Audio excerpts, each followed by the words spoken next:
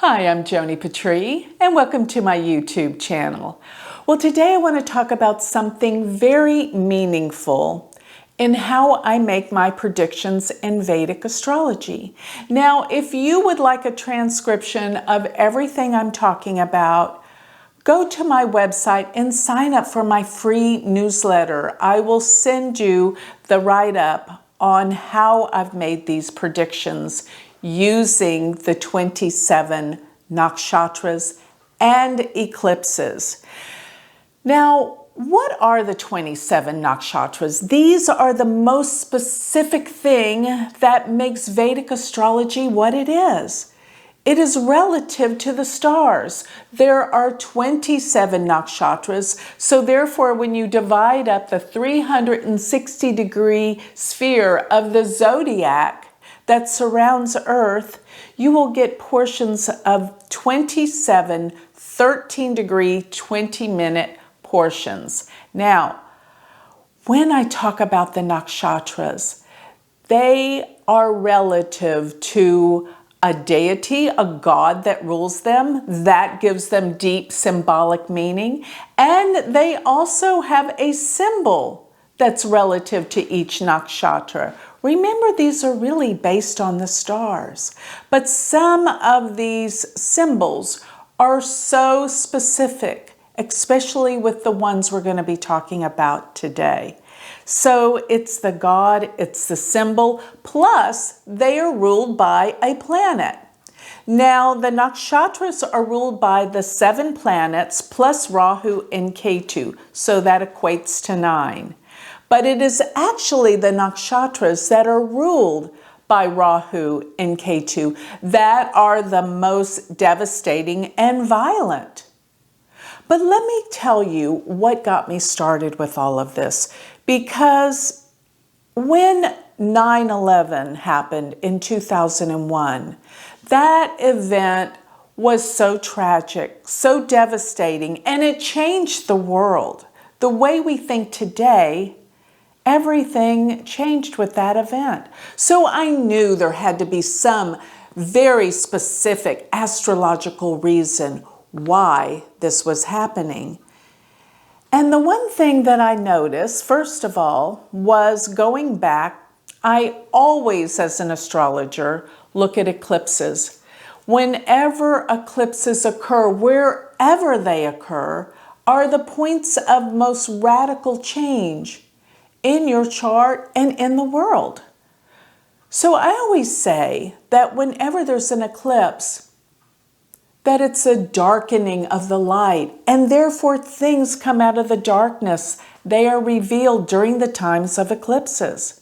So we have these solar eclipses and lunar eclipses. We have these eclipse seasons, but whatever sign that they occur in, and the nakshatra that they occur in, reveals so much information about what to expect during these very critical times, and especially how we make our predictions. So wherever the eclipses are occurring, remember what an eclipse simply is when you have a new moon, which means the sun and the moon. I'm talking about a solar eclipse.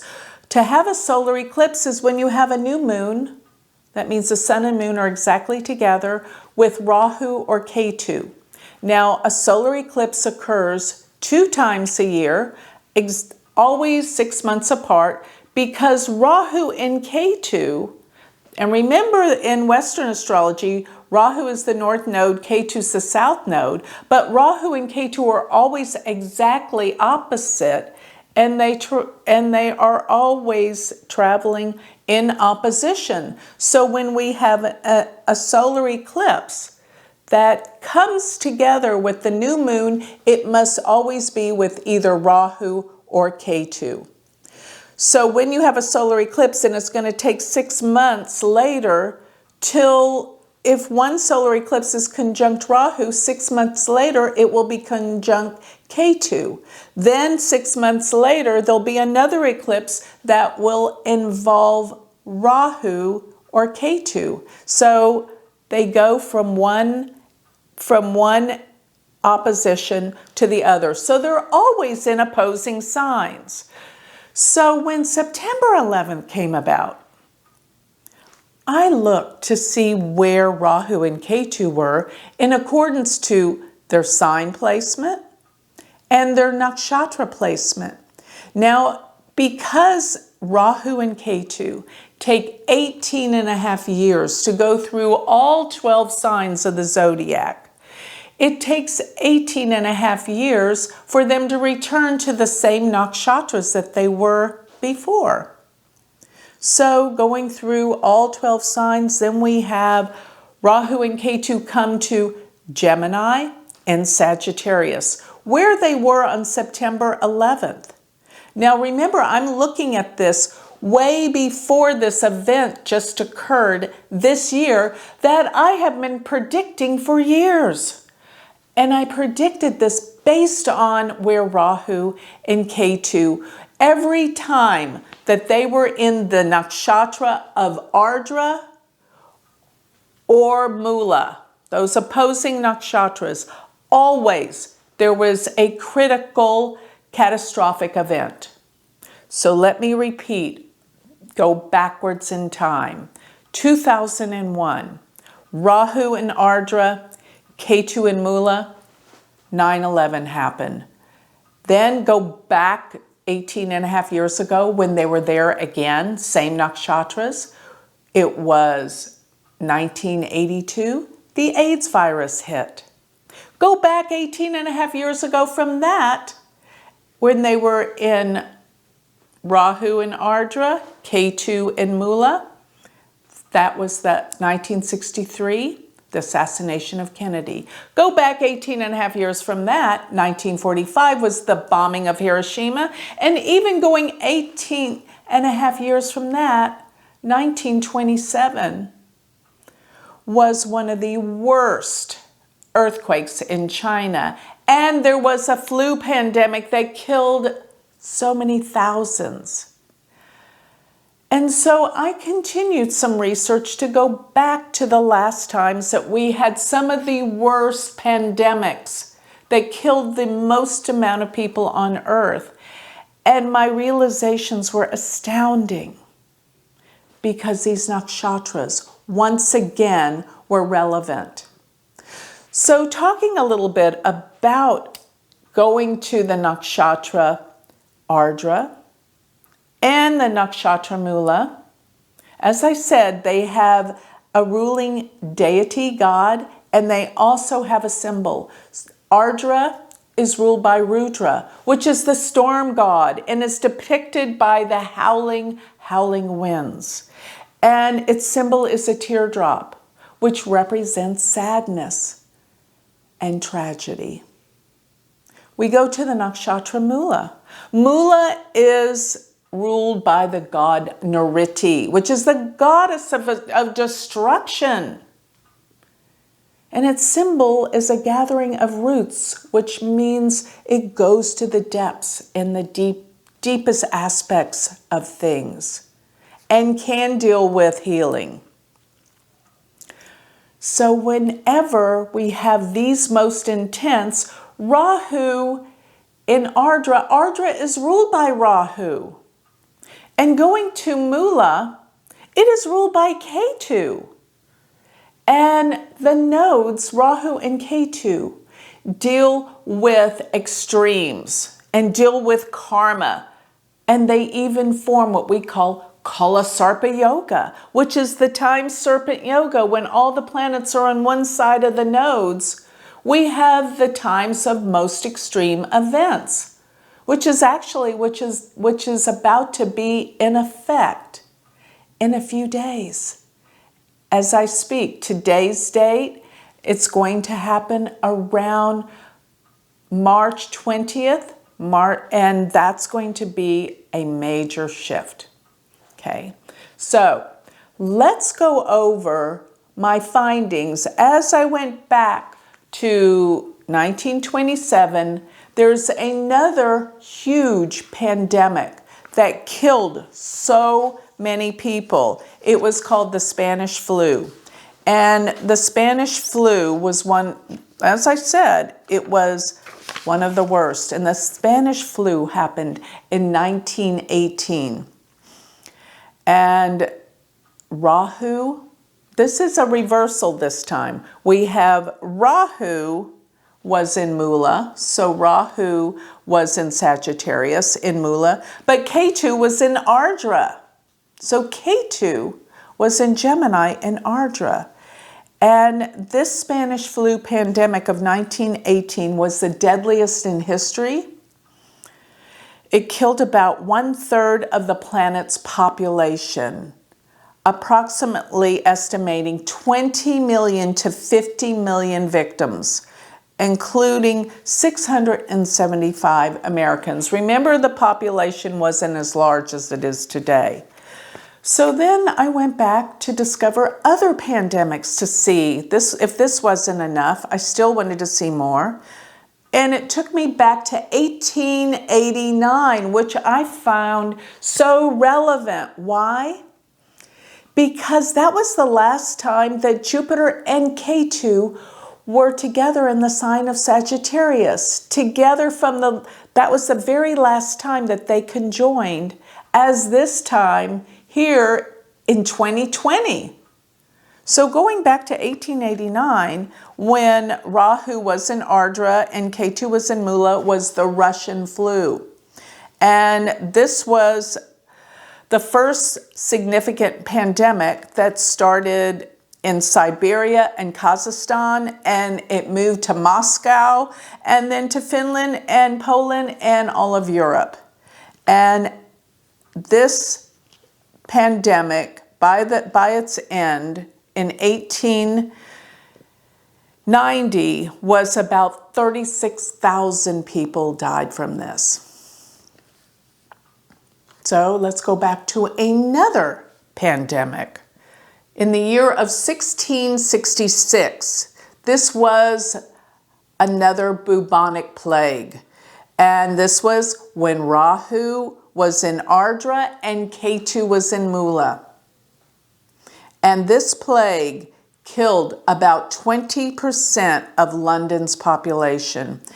And there was another thing that happened during this exact time in 1666 was the Great Fire of London. If you don't think that Rahu and Ketu are important in the nakshatras, especially in these devastating nakshatras, think again, because I even have more cases. Go back to 1350, and this was called the Black Death. Yes, Rahu was in Ardra and Ketu was in Mula. And this is another pandemic that is responsible for the death of 1/3 of the world's population. And it was all this, they say that it possibly started in Asia, and it went west, entering into Sicily, and then spread all over Europe. It was devastating. Remember this, it killed 1/3 of the world's population. Now, there are some other nakshatras that I want you to be aware of. And once again, these are the ones that are ruled by Rahu and Ketu. So continuing on, in 1957, there was the Asian flu.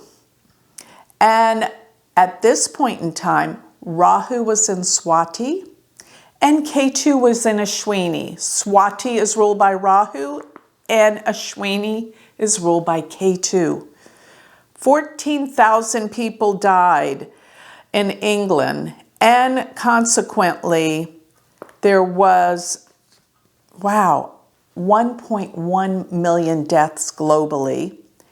And in the United States, we had 116,000 deaths. And finally, a vaccine was developed and contained this pandemic. Wasn't near as bad. Maybe that's because It wasn't in Ardra or Mula. So one more. In 1520, when Rahu was in Swati and Ketu was in Ashwini, the Aztec Empire was dissolved from smallpox. This is when the Europeans and the African slaves brought this to the Aztecs. So this was the smallpox infection. Now, one more. In 1865, Rahu was in Swati and Ketu was in Ashwini. And this wasn't necessarily the pandemic, but relatively this was an extreme year because this was the assassination of President Lincoln. And as we know, in 1963 was the assassination of President Kennedy. This was devastating, both of these times. So I wanted to see what was happening that year. And as 1963, Rahu was in Ardra and Ketu was in Mula. And we go to 1865 and Rahu was in Swati and Ketu was in Ashwini. Remember, we're looking at Rahu being in nakshatras ruled by Rahu and Ketu being in nakshatras ruled by Ketu.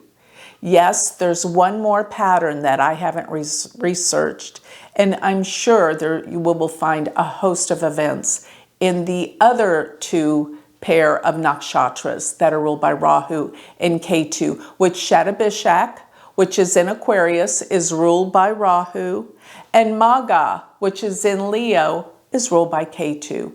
But for now, I wanted you to understand just how powerful these nakshatras are, and beware, whenever Rahu goes into Ardra and Ketu in Mula, we still haven't seen the full effects here in 2020 that it is bringing to the world.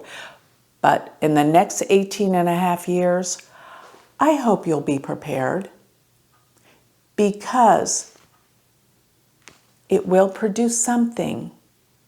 And remember, eclipses have this effect where something comes out of the darkness that you can't see or predict.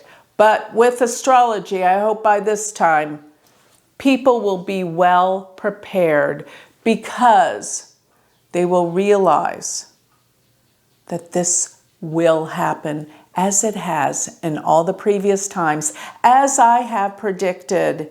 And I want you to be better prepared.